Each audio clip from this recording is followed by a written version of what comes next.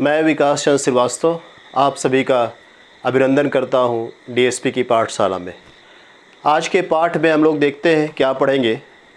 तो भारत का संविधान द कॉन्स्टिट्यूशन ऑफ इंडिया जो एक कानूनी पुस्तक है, हम मान सकते हैं कि हमारे देश का यह सर्वोच्च लॉ बुक है, सुप्रीम लॉ बुक है, जिसके माध्यम से ही हमारे देश का सारा शासन व्यवस्था चलता है।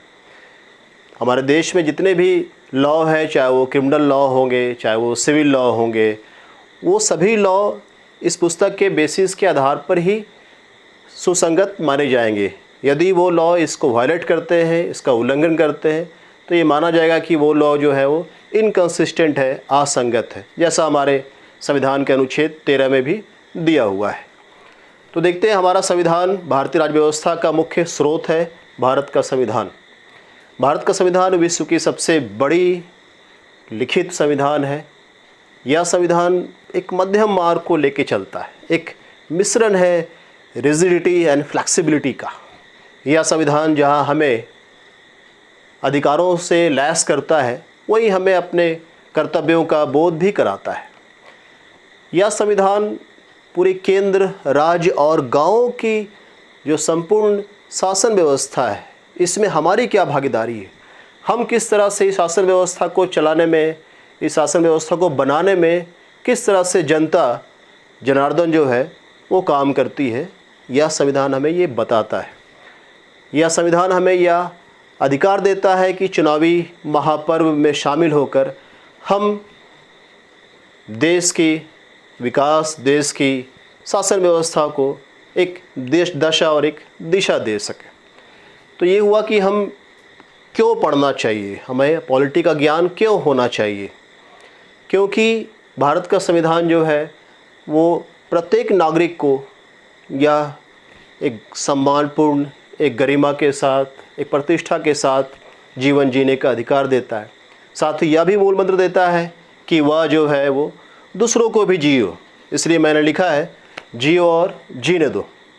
एक विद्यार्थी के रूप में, एक अभ्यर्थी के रूप में प्रतियोगिता परीक्षाओं में भी इसकी अहम भूमिका रही है। शायद ही कोई ऐसा कंपटीशन है, एग्जामिनेशन है, जिससे इससे क्वेश्चन नहीं पूछे जाते हैं। इसलिए ये परीक्षा के दृष्टिकोण से आपके लिए महत्वपूर्ण है। एक व्यक्ति, एक नागरिक के रूप में आपके लिए अत्यंत महत्वपूर्ण है।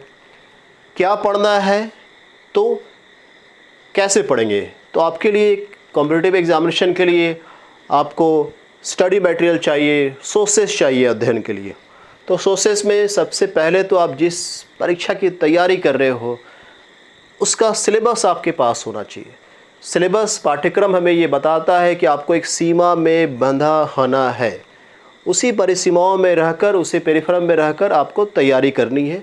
ये कौन बताता है? सिलेबस बताता है। मेरा आग्रह आप सभी से है कि इस सिलेबस को अपने स्टडी टेबल पर ज़रूर रखें और रेगुलर बार बार देखें। प्रीवियस ईयर क्वेश्चन ये बताता है कि हम क्या आने वाले हैं।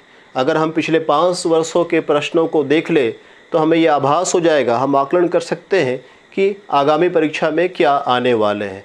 तो ये क्वेश्चन बैंक ये बताता है कि मुझे देखो, मुझे पहचानो, मैं हूँ कौन, मैं हूँ डॉन। तो डॉन तो नहीं, डॉन आप बन सकते हैं। अपने एग्जामिनेशन का सिरमौर, सफलता का सिरमौर आपके सिर पर आ सकता है।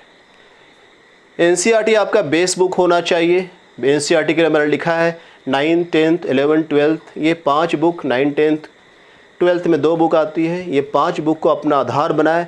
इसमें कोई अनुच्छेद वगैरह नहीं है। ये बिल्कुल एक कहानी की तरह काफ़ी अच्छे तरीके से आपको विश्व और भारत को समन्वय करते हुए समझाया है कि हमारा संविधान, हमारी शासन व्यवस्था किस तरह से लोकतंत्र पर आधारित है। इसके अलावा लक्ष्मीकांत जी की पुस्तक, हम सभी जानते हैं लक्ष्मीकांत की पुस्तक जो है वो हम लोगों के लिए एक पवित्र ग्रंथ के जैसी हो गई प्रतियोगिता परीक्षाओं के लिए, प्रतियोगी के लिए, क्योंकि इससे काफ़ी क्वेश्चन पूछे जाते हैं। करंट अफेयर्स, आप मैगज़ीन पढ़ते हो, आप न्यूज़पेपर पढ़ते हो, न्यूज़ सुनते हो, उसमें जो पॉलिटिकल इवेंट्स है, जो इशूज़ है, उसको आप कोरिलेट करके ही पढ़ें ताकि एग्जामिनेशन में काम आएगा। कैसे पढ़ें? अत्यंत महत्वपूर्ण चीज़, कैसे पढ़ें। क्योंकि ये देखा जाता है कि संविधान को अनुच्छेदों में लोग खंड खंड में बांटकर पढ़ते हैं विद्यार्थी। मेरा आपसे निवेदन है कि अनुच्छेदों का संग्रह मात्र भारत का संविधान नहीं है। भारत का संविधान एक संपूर्ण एक ग्रंथ है, एक पूरी कहानी है। तो हमें उसको उस रूप में लेना है, कॉन्सेप्ट, एक परिधारणा विकसित करनी होगी ताकि हमें संविधान समझ में आ जाए। अनुच्छेद करके नहीं कि भाई आप पढ़ते हो 14 में क्या है, 15 में क्या है, अनुच्छेद वाइज रट रहे हो कि 14 में क्या है, 15 में क्या है, 16 में क्या है, आपको ये मालूम नहीं कि एक्चुअली वो कॉन्सेप्ट है कि नहीं। तो मेरा आग्रह है कि आप अनुच्छेद के आधार पर संपूर्ण संविधान को ना पढ़ें, आप पूरे संविधान को पहले आप समझ जाए, एक अंडरस्टैंडिंग डेवलप कर ले। आप जैसे समझ जाइएगा तो आपको संविधान के अनुच्छेद भी स्वतः समझ में आ जाएंगे। प्लीज़ नो रटे, नो याद करे, देखे और सीखे, ये इम्पॉर्टेंट चीज़। मैंने कहा कि कॉम्पिटिटिव एग्जामिनेशन में इसका क्या रोल है, तो रोल में देखते हैं। सबसे पहले है सिविल सर्विसेज। सिविल सर्विसेज की परीक्षा में यूपीएससी और स्टेट लेवल में पीसीएस आते हैं। यूपीएससी में प्री में और मेंस में इसकी क्या भूमिका है। प्री में यूपीएससी के प्री को देखें तो प्री में पिछले 5 वर्षों में 2016 से 2020 के प्रश्नों का अगर हम लोग अवलोकन करें तो हम लोग ये पाते हैं कि लगभग 12 से 15 क्वेश्चंस, ठीक है। 2016 से 20 की बात करें, 2016 में इससे लगभग 6 प्रश्न पूछे गए थे। 17 में वही जंप करके 22 प्रश्न पूछे गए। वैसे ही 18 में 11, 19 में 13 और फिर 20 में 18 क्वेश्चन पूछे गए। लगभग 70 प्रश्न पूछे गए हैं पिछले 5 वर्षों के यूपीएससी के एग्ज़ाम में, प्री में। तो आप ये कह सकते हैं कि एवरेज 14 प्रश्न पूछे जा रहे हैं 100 प्रश्नों में इंडियन पॉलिटी से, कॉन्स्टिट्यूशन ऑफ इंडिया से। मुख्य परीक्षा की वही बात करें तो मुख्य परीक्षा में जीएस पेपर 3 में लगभग 200 मार्क्स का, 175 तो हम नहीं कहेंगे, 200 मार्क्स का 250 में 200 नंबर का इससे प्रश्न पूछे जाते हैं। 100 प्रश्न 100 मार्क्स के पूछे जाते हैं इंडियन पॉलिटी से और 100 मार्क्स के लगभग पूछे जाते हैं गवर्नेंस से, शासन व्यवस्था कैसे चलता है। ऐसे को देखें, 2 ऐसे लिखना पड़ता है, 125 × 2। इसमें से तकरीबन अगर आपकी पॉलिटी पर अच्छी पकड़ है, अगर आपका पॉलिटिकल सिस्टम के बारे में अच्छी अवधारणा विकसित कर लिया है आपने, तो एक ऐसे आप इसमें अवश्य कर सकते हैं। राज्यों की बात करें तो राज्यों पीसीएस में जेपीएससी है। जेपीएससी के प्री में सिलेबस बहुत डिफाइंड किया हुआ है कि 10 क्वेश्चन जो है वो 100 में इंडियन पॉलिटी से पूछे जाएंगे। मेंस की बात करें तो पूरे मेंस में एक पूरा पेपर है जो इंडियन पॉलिटी और पब्लिक एड से, पब्लिक एडमिनिस्ट्रेशन से जुड़ा हुआ है। लगभग 200 मार्क्स के जीएस 4 में 200 मार्क्स के इससे पूछे जाते हैं। इसी प्रकार बीपीएससी में पीटी में 20 से 25 प्रश्न 150 में, और मुख्य परीक्षा में सेकेंड पेपर में शासन व्यवस्था से इस बार बात करें, इस जेपीएससी की जो अभी एक सप्ताह पहले हुई है उसमें इससे 114 मार्क्स के पूछे गए। 300 मार्क्स में 300 नंबरों में 114 प्रश्न इससे आए थे। इसके अलावा अगर आप एसएससी और सीपीओ और अन्य एग्जामिनेशन की तैयारी कर रहे हैं तो इसमें भी इसकी अहम भूमिका है, पॉलिटी की अहम भूमिका है। अब देखते हैं कि पॉलिटिकल सिस्टम है क्या। तो हमारे देश में जो इंडियन पॉलिटी है, पूरा पॉलिटिकल सिस्टम है, जो गवर्नमेंट है, उसके 4 पिलर हैं। मुख्य रूप से 3 पिलर है। प्रेस मीडिया को चौथा पिलर मान लिया गया है। 1970 के दशक से प्रेस मीडिया एक परंपरा में आ गई है। अभी तो आप जानते हैं कि क्या इसकी भूमिका है। ये 3 पिलर है। एक ऐसा पिलर है जो कानून बनाता है, जो नीतियों का निर्धारण करता है, पॉलिसी मेकर है, लॉ मेकर एजेंसी है, तो उससे हम लोग कहते हैं कानून बनाने वाले, हिंदी में कहेंगे विधायिका, लेजिस्लेटिव ये पार्ट हो गए कानून बनाने वाले। इस कानून को लागू करने वाले, इस नीतियों का पालन करने वाले, कार्य करने वाले, कार्यपालिका, कार्य का पालन करने वाले, इस लॉ को एग्जीक्यूट करने वाले, जो लॉ एग्जीक्यूटिव बॉडी है, लॉ इन्फोर्समेंट बॉडी है, वह होगी एग्जीक्यूटिव, द एग्जीक्यूटिव कार्यपालिका, और ये है न्यायपालिका। इन दोनों पर नज़र रखने वाली, कानून का रक्षा करने वाली, कानून को डिफाइंड करने वाली, हमारे संविधान की सुप्रीमेसी बताने वाली कि संविधान हमारा सर्वोच्च है, संविधान में कोई बातें अगर कोई प्रॉब्लम आता है तो इसको कौन डील करता है? हमारे देश की न्यायपालिका, सुप्रीम कोर्ट करती है। तो ये न्यायपालिका हो गई, ठीक है। एक एक करके अगर हम लोग देखें तो बड़ा सिंपल कॉन्सेप्ट बनाया गया, बहुत बढ़िया बनाया गया कि जो कार्यपालिका है जो काम करती है इसमें कौन आते हैं। तो चूँकि भारत में 2 टियर है, मीन्स कि केंद्र सरकार भी है और राज्य सरकार भी है। तो केंद्र क्या है? केंद्र को हम लोग यूनियन कहते हैं, यूनियन ऑफ स्टेट्स। तो केंद्र कार्यपालिका, संघीय कार्यपालिका में प्रेसिडेंट आ जाते हैं और काउंसिल ऑफ मिनिस्टर्स आ जाते हैं, राष्ट्रपति है और मंत्रिपरिषद है। सिमिलर राज्य में भी लगभग उसी तरह से ही चीज़ें सामने आएगी। अच्छी बात क्या है कि पॉलिटिकल बनाने वालों को मालूम था, संविधान बनाने वालों को, कि भाई विद्यार्थियों को परीक्षा देना है तो उन्हें थोड़ी सुविधा दी जाए। तो अगर आप केंद्र के बारे में जानकारी प्राप्त कर लेते हैं तो राज्य उनके साथ फ्री आपको मिल जाएगा। मानसून धमाका एक के साथ एक फ्री मिल जाएगा। तो केंद्र के साथ राज्य, जिस प्रकार केंद्र में पूरे एग्जीक्यूटिव यूनियन का हेड है राष्ट्रपति, वैसे ही राज्य में कौन होंगे? माननीय गवर्नर महोदय होंगे। यहाँ जैसे केंद्र में केंद्रीय मंत्रिपरिषद है, वैसे ही राज्य में कौन होंगे? राज्य मंत्रिपरिषद, ठीक है। वैसे हम बात करें विधायिका की, कानून बनाने वाले कौन? तो केंद्र में कानून कौन बनाती है, पॉलिसी कौन निर्धारित करती है? पार्लियामेंट, संसद। वैसे राज्य में कौन करेगा? विधानमंडल, लेजिस्लेचर, स्टेट लेजिस्लेचर। पार्लियामेंट के भी 2 पार्ट होते हैं, एक तो उसके अंग होते हैं राष्ट्रपति महोदय, और फिर उसमें क्या है तो बाई कैमरल है, वो द्विसदनात्मक है, 2 सदन है, 2 हाउस होते हैं, एक अपर हाउस एक लोअर हाउस, राज्यसभा लोकसभा, ठीक है। इसको हम लोग और अच्छे से डील करते हैं। यूनियन एग्जीक्यूटिव को ध्यान से देखिए। तो यूनियन एग्जीक्यूटिव में कौन हो गए? मैंने कहा प्रेसिडेंट है, राष्ट्रपति होते हैं। संघीय कार्यपालिका के हेड कौन है? राष्ट्रपति महोदय हैं। और काउंसिल ऑफ मिनिस्टर्स, जो काउंसिल ऑफ मिनिस्टर्स है वो कितने प्रकार के हैं? तो काउंसिल ऑफ मिनिस्टर्स जो है वो 3 तरह के होते हैं। मंत्री परिषद 3 तरह के होते हैं मंत्री।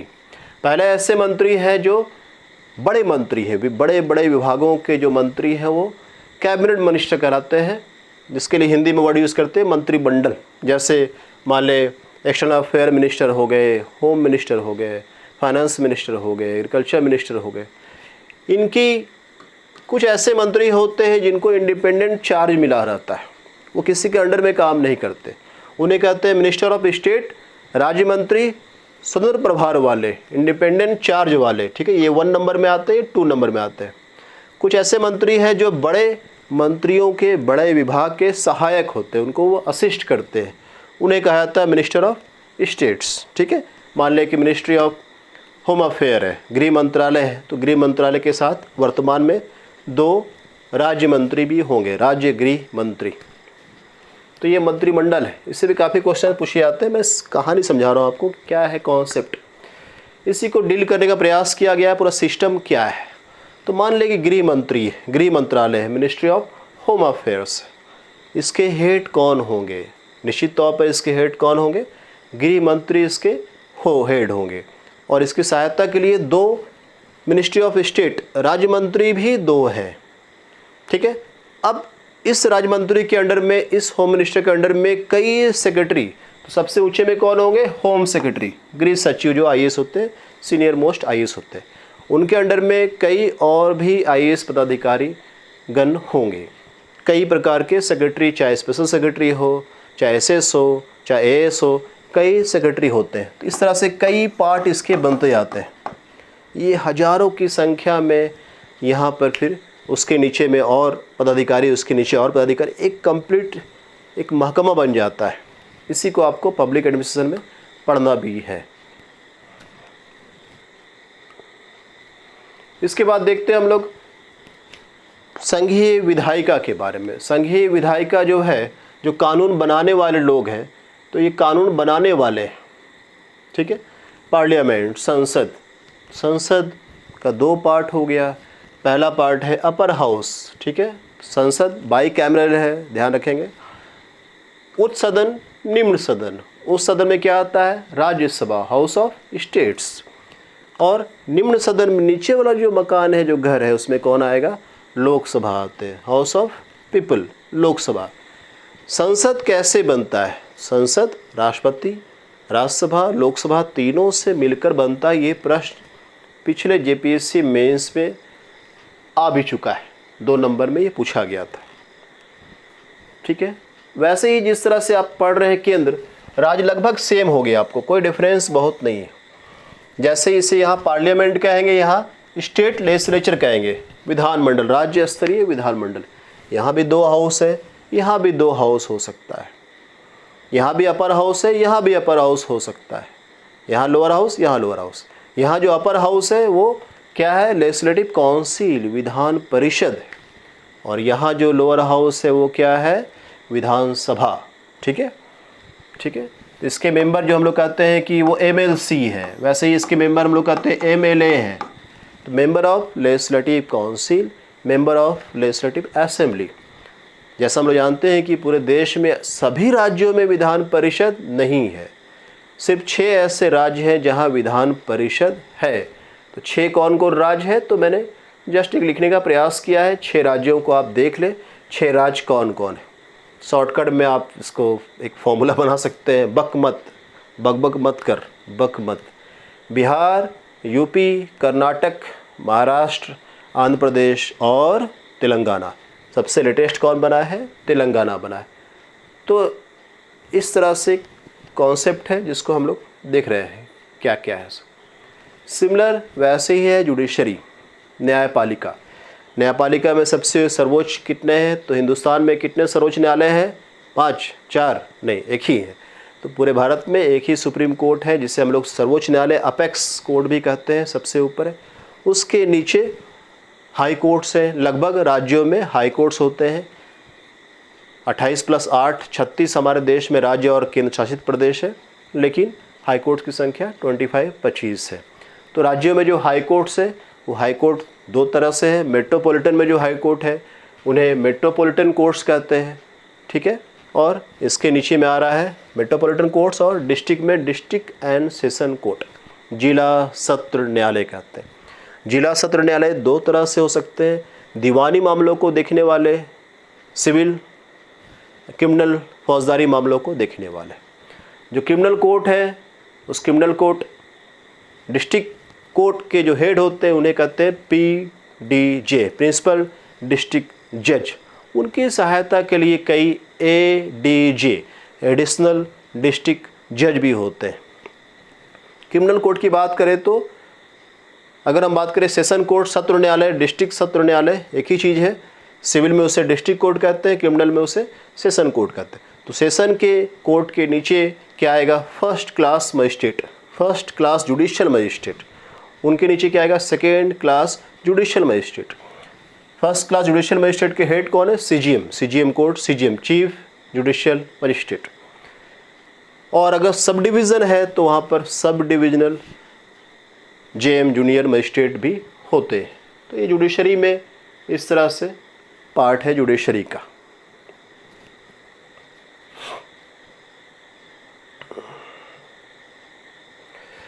अब एक समझने का प्रयास करते हैं कि पॉलिटिकल सिस्टम पूरा भारत के संविधान को कैसे पढ़ा जाए। अगर रटा नहीं जाए, सर आप बोल रहे आर्टिकल नहीं पढ़ना है, आप बोल रहे रटना नहीं है, तो कैसे इसे आसान बनाया जा सकता है? तो मैंने कहा एक समझ विकसित कीजिए कि ये पूरा पॉलिटिकल सिस्टम, भारत का संविधान लिखा क्यों गया है, किसके लिए लिखा गया, इसके अंदर भीतर है क्या, उसके मर्म, उसकी आत्मा को हमें पहले समझना है। ठीक है, तो आप देखें कि पूरा भारत है क्या, तो भारत इंडिया हो गया, इंडिया दैट इज़ भारत। तो इंडिया भारत है, तो हमारे संविधान में हमारे देश के कितने नाम हैं? 2 नाम हैं, इंडिया दैट इज़ भारत। ठीक है, भारत अर्थात इंडिया, ये 2 नाम है। क्या है ये? तो यह यूनियन है। तो भारत एक यूनियन है, अगर हम ये कहते हैं तो गलत होगा। उत्तर प्रदेश सिविल सर्विस में इससे काफ़ी क्वेश्चन पूछे गए। तो भारत यूनियन तो है, बट ये राज्यों का यूनियन है, यूनियन ऑफ स्टेट्स है। अगर हम माने कि ये पूरा भारत है तो भारत कई राज्यों का संघ है, मिलकर बना है। तो भारत में 28 राज्य है, तो ये 28 राज्यों का एक संघ है भारत। ठीक है। तो भारत राज्यों का संघ है। तो इसका अर्थ हुआ भारत में राज्य क्या हो गए, एक संघ, यूनियन, सेंट्रल गवर्नमेंट इंडिया, और राज्य भी हो गए, झारखंड, बिहार, यूपी वगैरह वगैरह राज्य भी हो गए। इन राज्यों के भीतर कौन रहते हैं? तो इन राज्यों के भीतर हम रहते हैं। हम कौन? We the people of India, हम भारत के लोग। अच्छा, भारत के लोग, अमेरिका के नहीं, नहीं, हम भारत के लोग। इट मीन्स कि हम किसके नागरिक हैं? तो हम भारत के सिटीजन हैं, भारत के नागरिक हैं। मैं झारखंड में रहता हूँ, तो क्या मैं झारखंड का भी नागरिक हूँ और भारत का भी नागरिक हूँ? नहीं, इंडिया में ऐसा नहीं, अमेरिका में है। भारत में सिंगल सिटीजनशिप है, एकल नागरिकता है। हम सिर्फ और सिर्फ देश के, अपने मुल्क के ही नागरिक कहलाएंगे। तो केंद्र हो गया, राज्य हो गया, और यहाँ हम हो गए। इनके ही आपसी संबंधों को, चाहे हमारा केंद्र के साथ हो, हमारा राज्य के साथ हो, चाहे केंद्र का राज्य के साथ हो, इनके ही आपसी संबंधों को बताया गया है पूरे भारत के संविधान में। ठीक है, कि भारत में कितने राज्य हैं? हाँ है। कैसे बनेंगे? तो राज्य इस तरह से बनते हैं। हम कौन? नागरिक है। अच्छा, नागरिक कैसे हैं? तो नागरिक हम इस तरह से हैं। हमें क्या मौलिक अधिकार है? हाँ जी, आपको मौलिक अधिकार किसने दिया है? तो हमें संविधान ने मौलिक अधिकार दिया है। तो जी, आपको संविधान ने मौलिक अधिकार दिया है।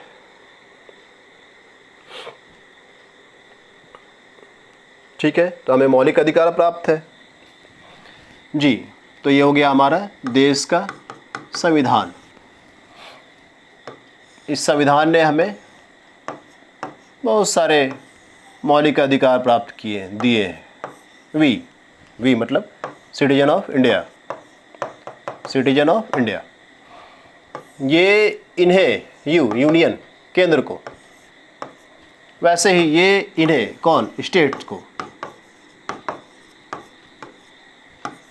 तो भारत के संविधान ने हमें कई फंडामेंटल राइट्स दिए हैं, और ये इन्हें, ठीक है, ये कहता है केंद्र को और राज्य को, ये कहता है कि भाई इनके, हमारे कोई मौलिक अधिकार को मत छीन लो। इनके मौलिक अधिकार को छीनोगे तो गड़बड़ है। उसके लिए बैठा है कोर्ट। तो इसने हमें कई फंडामेंटल राइट्स दिए हैं, चाहे वो जीवन जीने का अधिकार हो, चाहे स्वच्छ स्वास्थ्य लाभ हो, चाहे हमें बोलने की आज़ादी हो, घूमने की आज़ादी हो, हमें प्रोटेस्ट करने की आज़ादी हो कि हमारे खिलाफ़ ये काम हो रहा है। तो इसके लिए ये राज्य को ये निर्देश देता है कि इनके मौलिक अधिकारों की रक्षा करना है।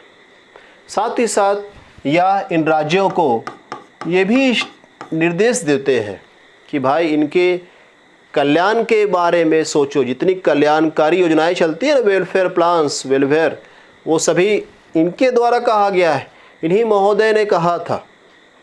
ठीक है, चाहे वो डॉक्टर राजेंद्र बाबू हो, चाहे वो जवाहरलाल नेहरू हो, बाबा साहब हो, डॉक्टर बाबा साहब हो, चाहे किदवई साहब हो, चाहे पटेल जी हो, अयंगर जी हो, और जितने भी सैकड़ों विभूतियों ने इस संविधान की रचना की है, संविधान को एक प्रारूप आकार दिया है।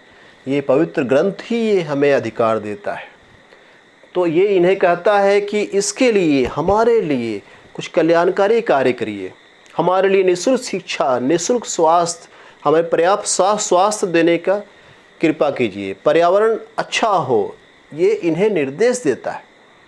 तो ये इनके लिए कुछ काम करते हैं।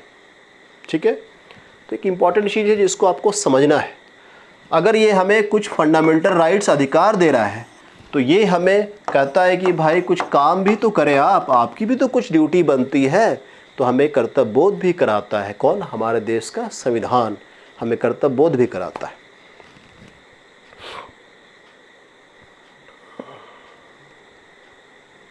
वैसे ही एक बार हम लोग देखने का प्रयास करें, जैसे मैंने कहा था कि यूनियन एग्जीक्यूटिव, संघीय कार्यपालिका, देश का जो कार्यपालिका है। ठीक है, तो अगर इसमें सिर्फ यूनियन को रखें, केंद्र की बात करें पहले हम लोग, चलिए केंद्र, यूनियन, केंद्र की बात करें, तो यूनियन में क्या काम करने वाले, काम करने वाले की मीन्स क्या हो गया? एग्जीक्यूटिव, एग्जीक्यूट करने वाले। दूसरा कानून बनाने वाले,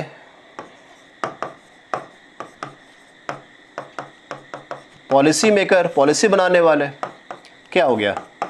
लेजिस्लेटिव।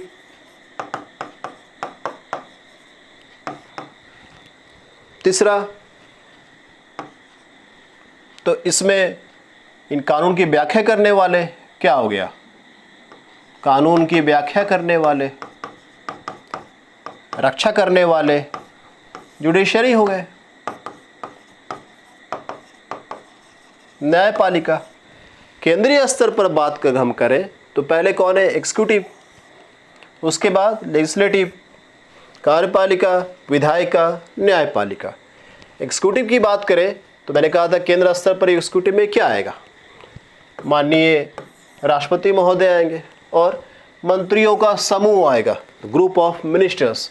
मंत्रियों का समूह आएगा, ग्रुप ऑफ मिनिस्टर्स आएंगे, मंत्री परिषद केंद्र स्तर पर।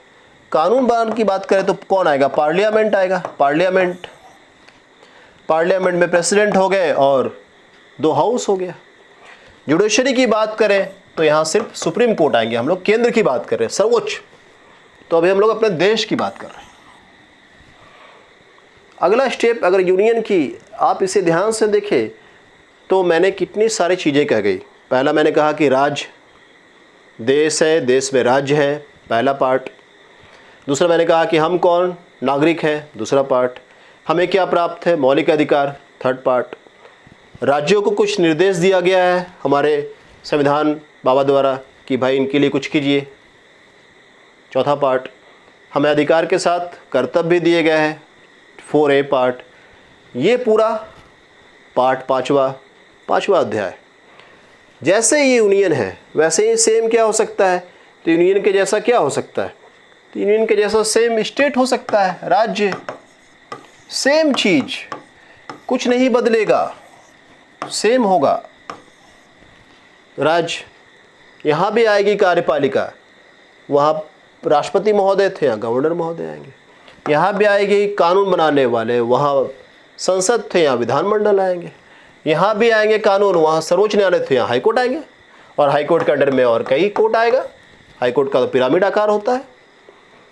तो आप समझे, ये हो गया पार्ट 6, छठा अध्याय, पार्ट 6 संविधान का।